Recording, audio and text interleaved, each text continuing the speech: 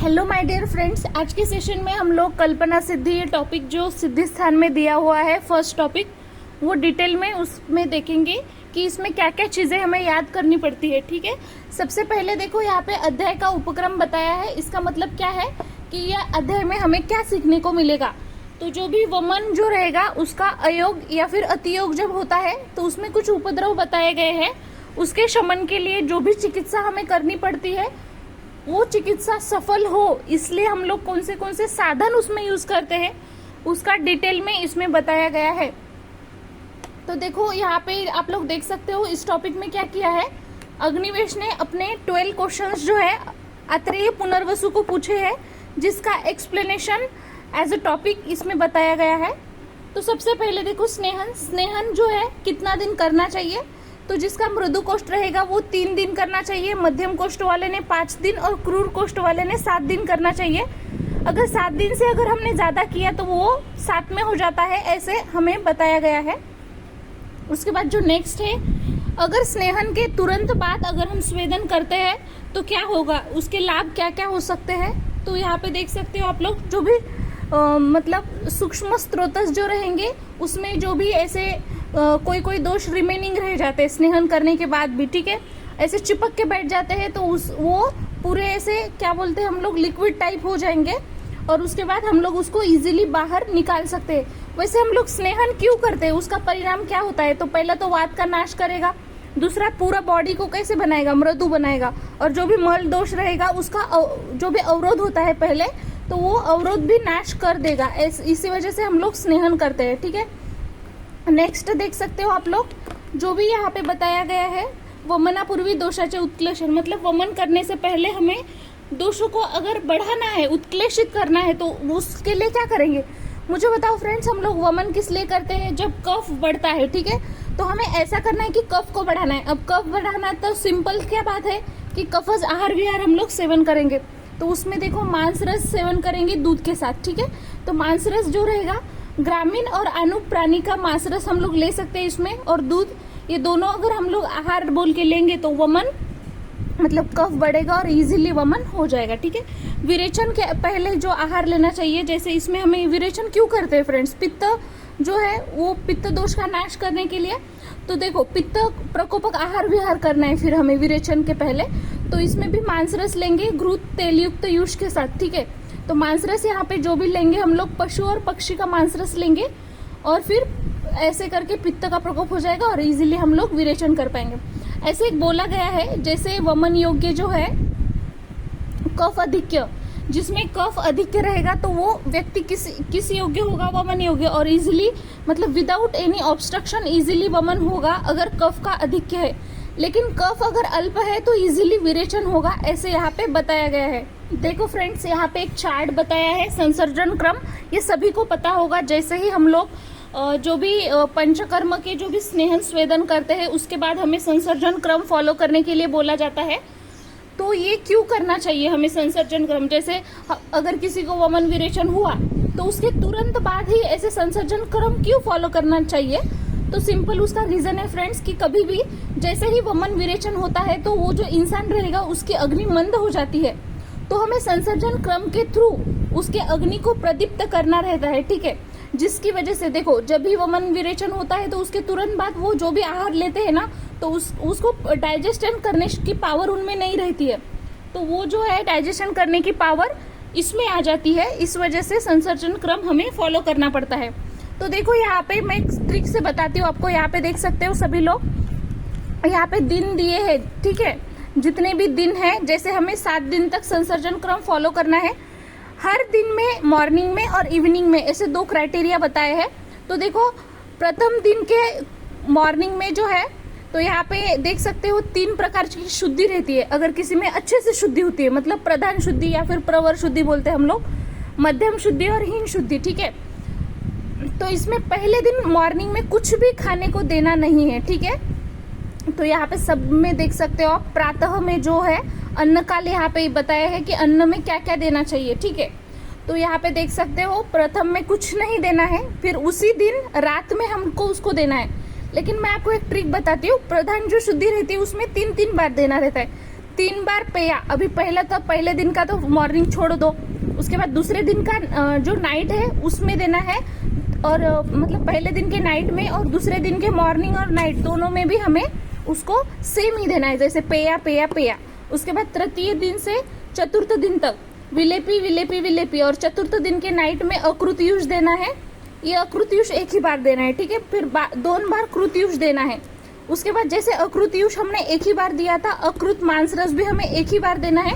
जैसे हमने कृतयुष 2 बार दिया था, वैसे ही कृत मांस रस जो है वो भी 2 बार देना है, और लास्ट में जो एंड में रहेगा उसको सामान्य भोजन देना है। यही ट्रिक इसमें भी अप्लाई करो फ्रेंड्स। देखो मध्यम शुद्धि में जैसे यहाँ पे 3 बार था, यहाँ पे 2 ही बार देना है।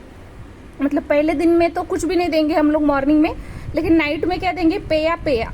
उसके बाद विलेपी विलेपी, फिर अकृतयुष और कृतयुष। जैसे यहाँ पे कृतयुष 2 बार था, लेकिन यहाँ पे 1 बार कम करना है, तो अकृतयुष, उसके बाद कृतयुष, अकृत मांस रस, कृत मांस रस, और उसके बाद सामान्य भोजन। और हिन में भी वैसा ही करना है, लेकिन जैसे हमने यहाँ पर 3 2 तो एक ही बार देना है इधर, ठीक है।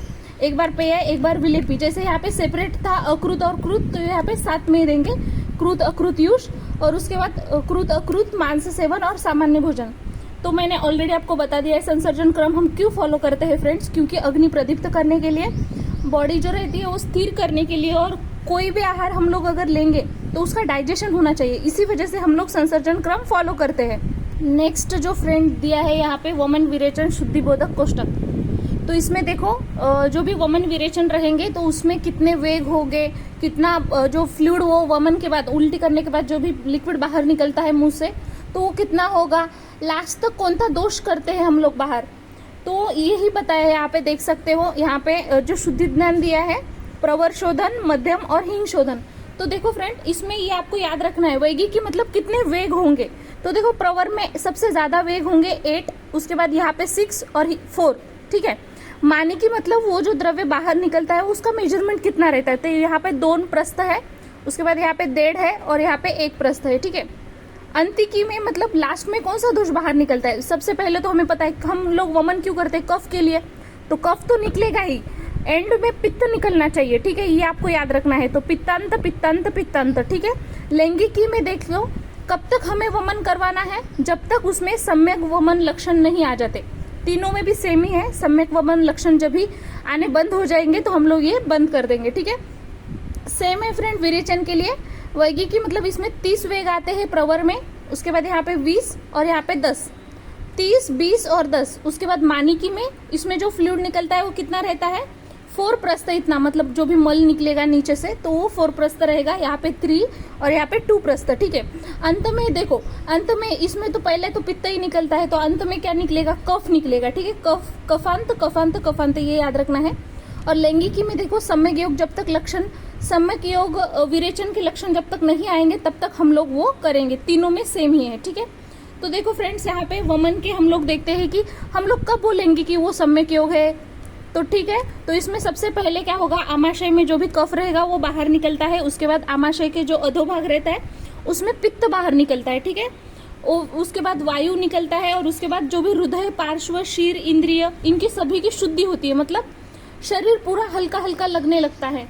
तो ये अगर ऐसा हुआ, इसका मतलब क्या है, सम्यक योग वमन है, ठीक है। कब है सम्यक योग वमन, जब हमें पूरी इंद्रिय की शुद्धि हो जाती है और बॉडी भी हल्की हल्की लगने लगती है। हीन योग कब बोलेंगे वमन का, अयोग जिसको बोलते हैं हम लोग, वमन का अयोग लक्षण क्या क्या है, तो इसमें बॉडी के ऊपर पूरे ऐसे फोड़ वगैरह आ जाएंगे, जैसे छोटी छोटी जो ये रहती है पुंसिया वगैरह, पुंसिया नहीं बोल सकते उसको, लेकिन स्वेलिंग के जैसे छोटे छोटे जो आते हैं फोड़, उसको बोल सकते हैं गांधी। और इसमें जो भी बॉडी रहेगी वो पूरी हिवी हिवी लगेगी हमें फील, और बॉडी जो है खुजानी पड़ती है इसमें, ठीक है। स्त्रोतस जो रहता है उसकी अशुद्धि रहती है, जो स्त्रोतस रहेंगे उसकी भी अशुद्धि रहेगी इसमें। उसके बाद नेक्स्ट, अगर अतियोग हो जाता है वमन का तो क्या होगा, बहुत ज्यादा प्यास लगेगी, मोह मूर्छा हो जाएगी, वात का प्रकोप हो जाएगा, और निद्रा और बल जो रहेगा उसका नाश रहेगा। जो नेक्स्ट है फ्रेंड विरेचन, विरेचन में हम लोग देखेंगे सम्यक योग की लक्षण। इसमें क्या होगा कि स्त्रोतस शुद्धि हो जाएगी, इंद्रिय प्रसन्न हो जाएगा, शरीर जो है वो बहुत ही लाइट लाइट फील होगा, हेल्दी, जाठराग्नि भी तीक्ष्ण हो जाएगी। तो इसमें सबसे पहले मल बाहर निकलता है, ये याद रखो। विरेचन में देखो सबसे पहले मल को बाहर निकालते हैं, उसके बाद पित्त, उसके बाद कफ और लास्ट में वायु, ये सीक्वेंस आपको याद रखना है, ठीक है। तो देखो हर इसमें समय योग के लक्षण मतलब अप्रोक्सीमेटली सेम ही आते हैं, जैसे इंद्रिय प्रसन्न होना, बॉडी हल्की हल्की लगना, ये सारी चीजें आपको याद रखनी है, ठीक है। स्त्रोत शुद्धि, हीन योग में देख सकते हो यहाँ पे अगर विरेचन का हीन योग होता है या फिर अयोग बोल सकते हैं, तो इसमें कफ, पित्त और वात ये तीनों दोषों का प्रकोप हो जाएगा, अग्नि मांद्य हो जाएगी, बॉडी पूरी हेवी हेवी फील होगी, प्रतिशाय, तंद्रा, वमन, अरुचि, उसके बाद वात जो है उसकी प्रतिलोम गति हो जाएगी। ये चीज़ें याद रखनी है, ठीक है। अगर अतियोग हो जाता है तो क्या होगा, जो भी कफ, रक्त और पित्त है उसका क्षय हो जाएगा और ये क्षय होने की वजह से वात का प्रकोप हो जाएगा। शरीर जो है बाधिर्य हो जाएगा, अंगमर्द होगा, इंद्रिय कर्म मतलब वो जो अपना कर्म रहेगा इंद्रिय का वो कर नहीं पाएंगे, कंप रहेगा, निद्रा नाश, दौर्बल्य, आंखों के सामने बहुत ही ऐसे अंधारी आ जाएगी, ठीक है, कुछ दिखेगा नहीं, और उसके बाद उन्माद हो जाएगा, ठीक है। ये याद रखना है। उचकी मतलब वो जो भी हम लोग क्या बोलते हैं उसको, हिंदी में मुझे नहीं पता है, उचकी मतलब वो आता है ना, हिकअप्स बोलते हैं, ठीक है, वो सारा अतियोग में आ जाएगा। तो देखो यहाँ पे अगर वमन हम लोग करते हैं, अभी तो हम लोग देखा ना कि वमन विरेचन होता है तो उसके 7 दिन तक हम लोग क्या फॉलो करते हैं, संसर्जन क्रम। 8वें दिन हम लोग सामान्य भोजन लेते हैं, उसके बाद जो भी घृतपान है, ठीक है, और अनुवासन बस्ती उसको देते हैं। कौन से दिन में देते हैं, तो 9th डे में हम लोग उसको घृतपान या फिर अनुवासन बस्ती देते हैं, और उसके 3 दिन बाद उसको तेल अभ्यंग से करेंगे, मतलब तेल से अभ्यंग करेंगे, उसके बाद उसको निरूह बस्ती देंगे। मतलब निरूह बस्ती देते समय हमें क्या चीज़ याद रखनी है, उसका बल और दोष का मतलब विचार करना है, दोष और बल के बारे में सोचना है, और उसके बाद मांस रस और योग्य आहार देना है। और जिस दिन निरूह बस्ती दी उसी सेम दिन हमें रात में अनुवासन बस्ती भी देनी है। तो देखो अनुवासन बस्ती में प्रयोग काल क्या रहेगा, कौन से ऋतु में हमें देना चाहिए, तो स्पेशली अनुवासन बस्ती जो रहेगी शीत ऋतु में, मतलब हेमंत, शिशिर और वसंत ऋतु में देना चाहिए। और ये कब देना चाहिए, सायंकाल, मतलब पूरे नाइट में नहीं, नाइट होने से थोड़ा सा जो पहले का टाइम रहता है उसमें देना है, और जो भी शरद, ग्रीष्म, वर्षा रहता है उसमें नाइट में देना है, ये चीज़ याद रखो। और ये जो कभी भी अनुवासन बस्ती देते समय एक ही चीज़ का याद रखना है, हमें दोषों से उस जो पेशेंट रहेगा उसको हमें रक्षण करना पड़ेगा, दोषों का सोच के ही हम अनुवासन बस्ती देंगे। देखो फ्रेंड, एक मोस्ट इम्पॉर्टेंट बात बता रही हूँ, जो भी विरेचन रहेगा उसके बाद हमें निरूह बस्ती देने से पहले कम से कम उसमें 7 डेज का गैप होना चाहिए। अब ये 7 डेज का गैप क्यों होना चाहिए, क्योंकि देखो विरेचन हो गया तो उसका ऑलरेडी बॉडी जो रहता दुर्बल हो जाता है, मल की शुद्धि हो चुकी है ना, विरेचन भी हम लोग एक शुद्धि का ही तो टाइप है, तो हम लोग उसके मल की शुद्धि करने के लिए मतलब विरेचन कर चुके हैं। निरोह भी हम लोग क्यों करते हैं, मतलब क्यों करते हैं निरोह भी, उसमें भी बॉडी की शुद्धि ही तो होती है ना। अगर हम लोग डायरेक्टली समझो विरेचन होने के तुरंत बाद अगर निरूह देते हैं ना फ्रेंड, तो उसके शरीर का नाश हो जाता है और उसकी जो बॉडी रहेगी अधिक ही शून्य हो जाएगी। इस वजह से कभी भी विरेचन होने के बाद निरूह बस्ती जब भी देंगे हम लोग, तो उसमें कम से कम 7 डेज का गैप होना चाहिए, और हमेशा पहले विरेचन देना चाहिए, उसके बाद ही निरूह बस्ती देनी चाहिए। तो यहाँ पे देख सकते हो आप लोग अनुवासन और निरूह बस्ती का क्रम यहाँ पे बताया गया है। तो सबसे पहले देखो फर्स्ट डे में हमें अनुवासन बस्ती यहाँ पे बोली गई है। उसके बाद जो भी फर्स्ट डे रहेगा उसमें मॉर्निंग और इवनिंग दोनों भी टाइम क्या करना है, फास्ट करना है, कुछ भी खाना नहीं है, ठीक है। उसके बाद सेकेंड डे जो रहेगा उसमें मॉर्निंग और इवनिंग दोनों भी टाइम में उसको खाना तो देना ही है। अगर समझो किसी में वात बहुत अधिक प्रमाण में प्रकोप हुआ है तो उसमें सेकेंड डे में ही हमें अनुवासन बस्ती देनी चाहिए। अगर वात ज़्यादा प्रकोप नहीं हुआ है तो थर्ड डे में अनुवासन देना है। ये चीज़ समझ रहे हो क्या? देखो वात अगर ज़्यादा प्रकोप है तो सेकेंड डे में ही अनुवासन देनी है, लेकिन अगर वात ज़्यादा प्रकोप नहीं है तो हमें थर्ड डे में अनुवासन देना है। और अगर किसी में कफ और पित्त का प्रकोप हुआ है तो 5th डे में अनुवासन देना है, ये याद रखो, ठीक है। और जैसे निरूह बस्ती देते हैं 3 दिन के बाद अनुवासन देना है, तो ये चीज़ भी आपको याद रखनी है। निरूह जैसे ही होती है, निरूह ही पहले बताइए वैसे तो निरूह जैसे ही होती है उसके 3 दिन का गैप बोल के अनुवासन हमें देनी है। अगर कफज विकार है तो उसमें हमें 1 या फिर 3 बस्ती देना है, पित्तज विकार है तो 5 या फिर 7 बस्ती देना है, और वात विकार में 9 या फिर 11 बस्ती देना है। यहाँ पे ऐसे बोला गया था टर्म कि जैसे ऑड नंबर में जो विषम नंबर में हमें बस्ती देते हैं वो ज़्यादा एक्यूरेट है, ऐसे मतलब आचार्यों ने बताया है, ठीक है। देखो निरूह बस्ती के क्या क्या गुण है यहाँ पे दिखाए गए हैं। सबसे पहले तो स्त्रोत शुद्धि हो जाएगी, आयु स्थिर हो जाएगा अगर निरूह बस्ती देते हैं तो। उसके बाद आरोग्यमय जीवन हो जाएगा, बल, जठराग्नि, धारण शक्ति, स्वर, वर्ण, ये सभी अच्छा होगा। कार्य, कोई भी हम लोग कार्य करेंगे तो उसमें हमें समाधान मिलेगा। बाल, वृद्ध, तरुण, इसमें कोई भी मतलब बस्ती देते समय कोई भी उपद्रव नहीं आएगा। सर्व रोग हर रहेगा, कोई भी रोग होगा तो वो दूर कर पाएगा। और जो भी मल रहेगा, कफ, पित्त, वात, मूत्र, ये सभी का अच्छे से निर्हरण हो जाएगा बॉडी में से। शरीर जो रहेगा सुदृढ़ हो पाएगा, और जो शुक्र रहेगा और बल रहेगा उसकी वृद्धि हो जाएगी। ये चीज याद रखो, ठीक है। वैसे ही हम लोग अनुवासन बस्ती के गुण देखेंगे तो इसमें देखो, शरीर में जो वीर्य, बल, वर्ण, जठराग्नि, इनका अच्छे से पोषण हो जाएगा, बढ़ेगा। वो निरोगी होके कोई भी मतलब पर्सन जो रहेगी उसके एज अ बेबी हो जाएगा। मतलब जैसे यहाँ पे हम लोग देखते हैं कि किसी को अगर बेबी नहीं हो रहा है, ठीक है, तो उसको संतति रूप फल फुलानी बहरते, मतलब इसमें जो भी संतति मिलेगी उसको अच्छे से, और तेल प्रयोग करने से क्या होगा, वात विकार नष्ट हो जाएंगे। नेक्स्ट जो है फ्रेंड, निरूह अनुवासन सामान्य गुण। तो इसमें देखो, इसमें दोनों में सामान्य गुण क्या बताया है। वैसे तो मतलब ऐसे बोला गया है कि अनुवासन किसी किसी डिसीज के लिए बहुत ज़्यादा अच्छी चिकित्सा मानी गई है। जैसे कि वात विकार जो रहेंगे उसकी वजह से अगर किसी की बॉडी पार्ट जो रहता है वो बोलते हैं ना श्रिंक हो रहे, या फिर जैसे जॉइंट्स में हमेशा हम लोग देखते हैं कि ये प्रॉब्लम रहता है, जकड़ जाना, ठीक है, आकुंचित होना, या फिर किसी को पंगु मतलब उसको चलने नहीं आ रहा है, पांगड़ा हो जाना बोलते हैं ना हम लोग, या फिर किसी में बोन का फ्रैक्चर वगैरह हुआ है और बहुत पेन हो रहा है, तो उसमें अनुवासन बस्ती बेस्ट बोली गई है।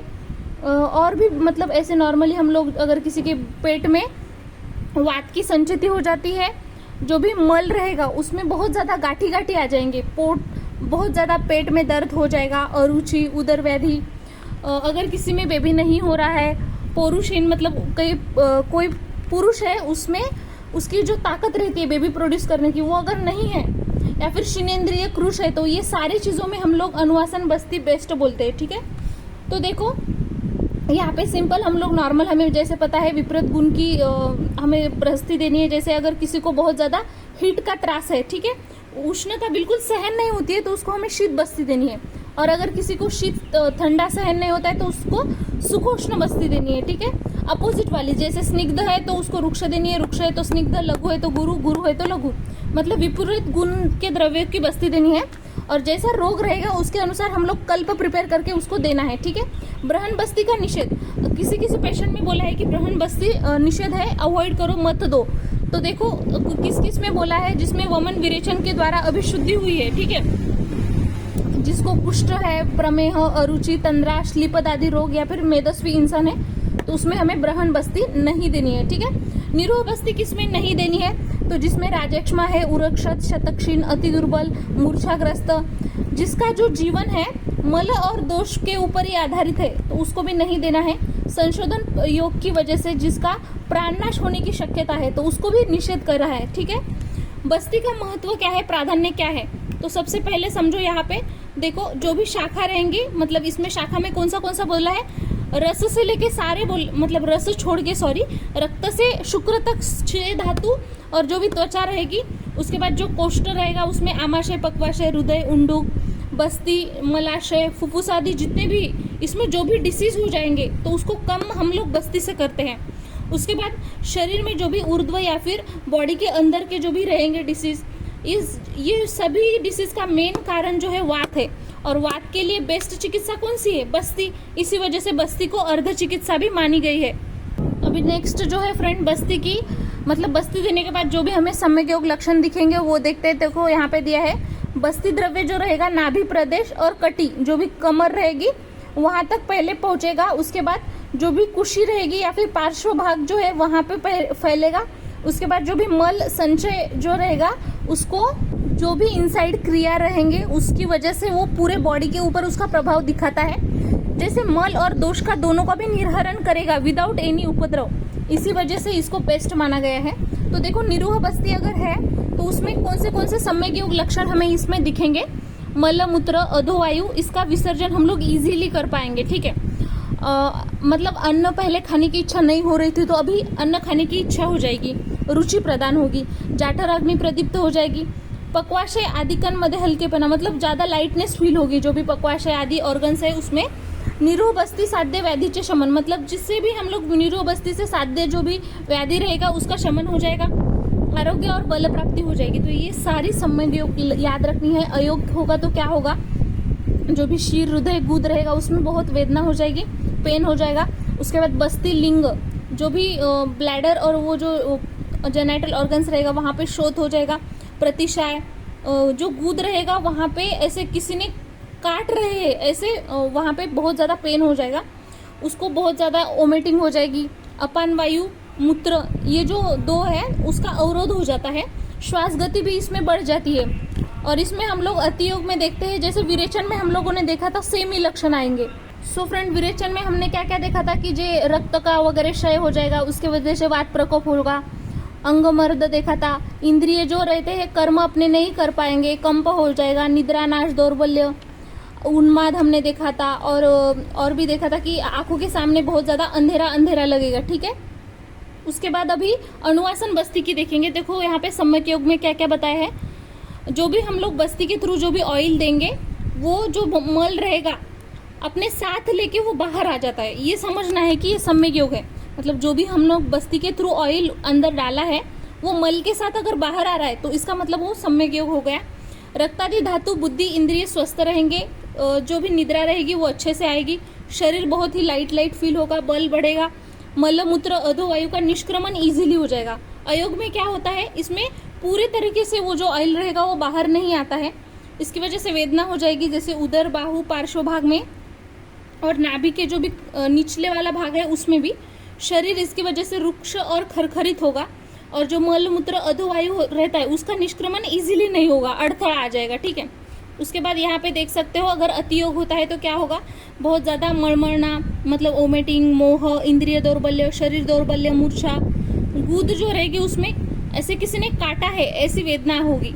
अभी देखो फ्रेंड, अगर हमने अनुवासन बस्ती दी, ठीक है, तो उसमें जो स्नेह, अगर तेल या फिर घृत हम लोग जो भी स्नेह यूज कर रहे हैं वो कब तक बाहर आनी चाहिए, तो 3 याम तक बाहर आनी चाहिए, मतलब 9 घंटे में वो बाहर आनी चाहिए, ठीक है। उसका काल यहाँ पे बताया है। देखो यहाँ पे कर्म काल योग बस्ती बोधक यहाँ पे कोष्ठ दिया है।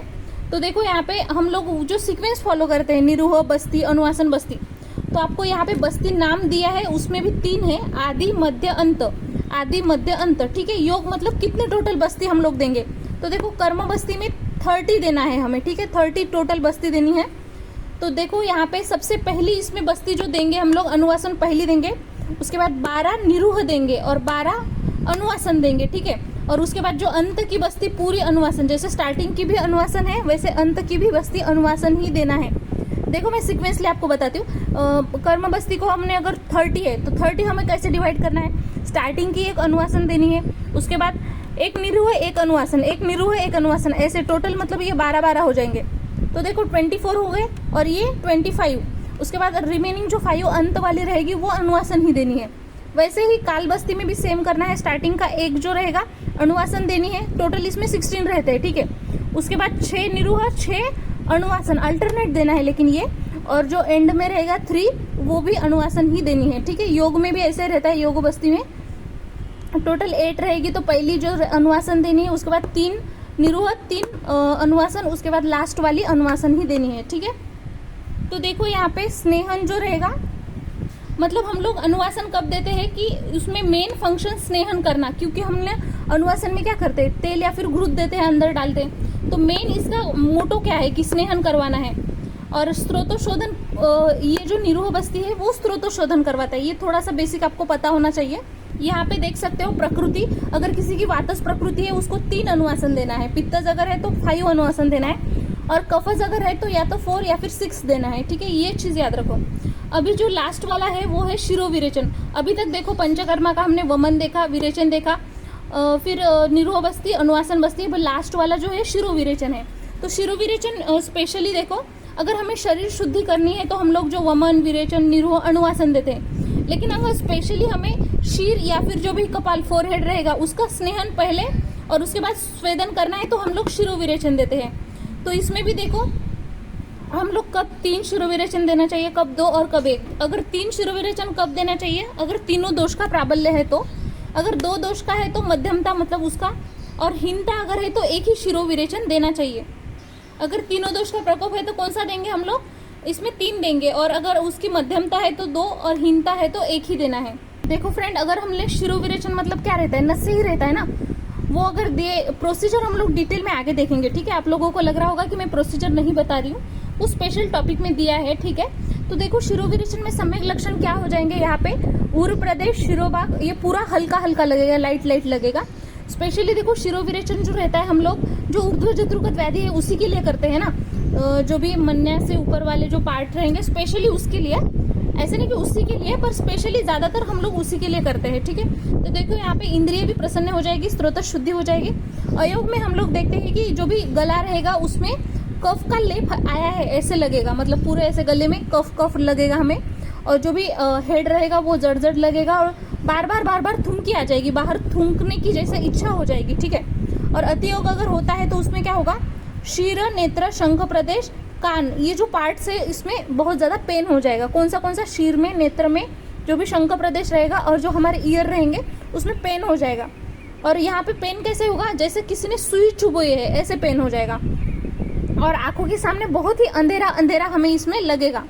उसके बाद देखो फ्रेंड, उपचार में हमें क्या करना है, अगर अयोग है तो उसमें स्नेहन करके हमें तीक्ष्ण शिरोविरेचन देना है, ठीक है। अगर अयोग है तो पहले स्नेहन देना है और उसके बाद तीक्ष्ण शिरोविरेचन, और अगर अतियोग अगर है, ठीक है, तो उसके बाद उपचार में क्या करना है, इसमें हमें तर्पण करना है, मृदु द्रव ज्यादातर उसको खाने को देना है, और शीत जल जो ऑयल है उसमें हमें शिरो अभ्यंग करना है।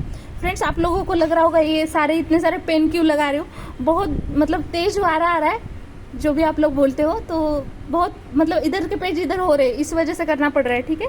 वैसे आप लोगों को दिख रहा होगा, ऐसा लग रहा है मुझे। तो देखो यहाँ पे अतियोग का बोला गया है, ठीक है।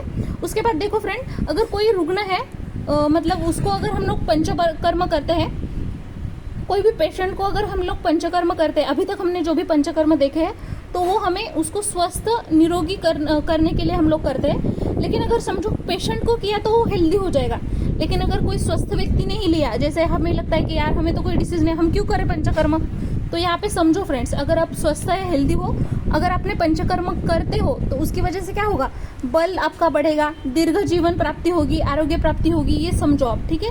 इस वजह से हेल्दी पर्सन ने भी पंचकर्म करना चाहिए।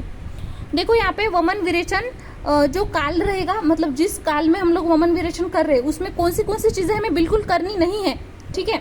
तो सबसे पहले तो ज्यादा टाइम तक एक ही प्लेस पे बैठे रहना या फिर खड़े होना ये नहीं करना है, ज्यादा बोलना नहीं है, या फिर हमें सवारी नहीं करनी है, जैसे रथ, घोड़ा, ऊंट, हत्ती, इसके ऊपर बैठ के प्रवास नहीं करना है। शोक व क्रोधाविष्ट मतलब ज्यादा शोक भी नहीं करना है, ज्यादा किसी के ऊपर गुस्सा भी नहीं करना है।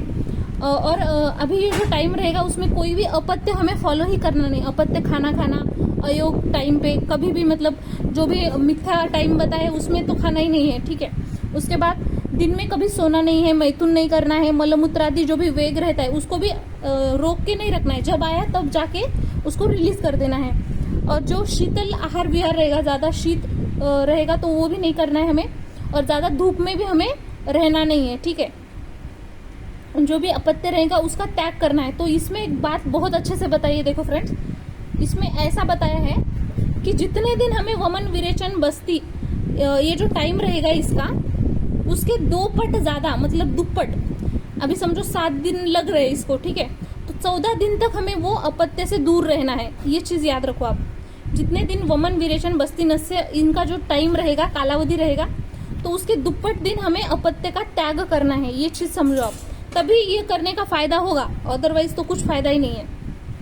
अगर समझो किसी के अंदर हमने बस्ती द्रव्य डाला है लेकिन वो जा ही नहीं रहा है, वो उसका रीजन क्या हो सकता है कि वो बस्ती द्रव्य हम तो दे रहे हैं लेकिन जा नहीं रहा है। पहला तो उसकी जो नली रहेगी बस्ती यंत्र की, या तो वो बंद हो सकती है, उसको देखना है पहले तो, ठीक है। या फिर बस्ती नेत्र जो गुद में हम लोग डाल रहे हैं वो अच्छे से अगर हम लोग प्रविष्ट नहीं कर रहे तो भी तो द्रव्य नहीं जा सकता ना। और लास्ट में गुद में अगर कफ या फिर मल ये दोनों अवरोध कर रहे तो भी हम लोग बाहर से द्रव्य डाल रहे लेकिन वो अंदर नहीं जा सकता। अगर किसी के बस्ती द्रव्य जो है, मतलब बहुत देर से, हमने देखा था ना 9 आवर्स, उसके बाद बहुत टाइम तक बाहर अगर आ रहा है तो मतलब टाइम पे नहीं आ रहा है बस्ती द्रव्य बाहर, तो क्या है उसका रीजन, बस्ती द्रव्य जो रहता है कफादि दोषानी अवरुद्ध, मतलब अंदर कोई कफादि द्रव्य है, कफादि दोष है, उसकी वजह से वो अवरुद्ध हो चुका है, या फिर बस्ती द्रव्य की जो मात्रा रहेगी हमें जितनी लेनी चाहिए थे उससे हमने अगर कम दी है, तो ये 2 केसेस इसमें पॉसिबल है। उसके बाद जो भी बस्ती द्रव्य है जल्दी से जल्दी क्यों बाहर आता है, जैसे डाला 9 घंटे से पहले आ गया बाहर, तो ऐसा कैसे हो सकता है? अगर हमने द्रव्य ज़्यादा ही उष्ण या फिर अति तीक्ष्ण यूज़ किया है, या फिर रुग्ण का कोष्ठ बहुत ही ज़्यादा मृदु है, या फिर मलमूत्र का जो अधोवायु जो रहेगा उसका वेग आ चुका है, जैसे कि हमें मल को या फिर मूत्र को बाहर डालना है तो उसका अगर वेग आता है तो उसके साथ ही वो द्रव्य भी बाहर आ जाएगा। उसके बाद देखो, बहुत बार ऐसे बताया गया है, कोई भी व्याधि साध्य हो के भी अगर उसको हमने अनुकूल अच्छे से औषध अगर नहीं दिए तो भी उसका शमन हो नहीं सकता। मतलब अगर हमने वो साध्य है रोगी, फिर भी हम लोग जो मेडिसिन देना चाहिए उसमें कुछ गलती की है तो कैसे शमन हो जाएगा ना। तो इसमें याद रखो, अगर किसी के बॉडी में कफ या फिर मेद का बढ़ना या फिर रुद्ध वायु हो जाता है इसकी वजह से, अगर कफ और मेद जो रहता है इसकी वजह से वात बढ़ता है, रुद्ध हो जाता है, उसकी वजह से बहुत ज़्यादा शूल और शोथ हो जाता है। तो देखो यहाँ पे बहुत अगर वायु बढ़ रहा है तो उसके ये लक्षण भी दिखेंगे। अगर हमने यहाँ पे इस स्टेज पे अगर ऐसा कंसिडर किया कि वात ही बढ़ रहा है तो वात के लिए हम लोग कौन सी बस्ती देते हैं? अनुवासन बस्ती। अगर बस्ती दी हम लोगों ने तो यहाँ पे ये गलत हो जाएगा और जो रोग रहेगा वो अभी और बढ़ेगा, क्योंकि यहाँ पे वात का प्रकोप समझ के चिकित्सा बिल्कुल नहीं करनी है। अगर बाहर से ऑब्वियसली हम लोग स्नेह देंगे तो इस टाइम कफ भी बढ़ेगा, और कफ अगर बढ़ेगा तो वाता का अवरोध करेगा, वात अवरोध करेगा। देखो इसी वजह से कोई भी फेमस अगर डॉक्टर हुए वो 2 चीज़ों का ख्याल करते हैं। पहले तो सफलता ये 2 चीज़ों पर डिपेंड करती है, एक तो उसकी उचित मात्रा होनी चाहिए और दूसरा है उपयुक्त काल। ये 2 चीज़ों पे ही पूरा डिपेंड है। तो आपको ये चीज़ें याद रखनी है। औषधि सम्यक योग के प्रयोग के समय एक तो मात्रा उचित होनी चाहिए, उपयुक्त काल होना चाहिए। Thank you friends.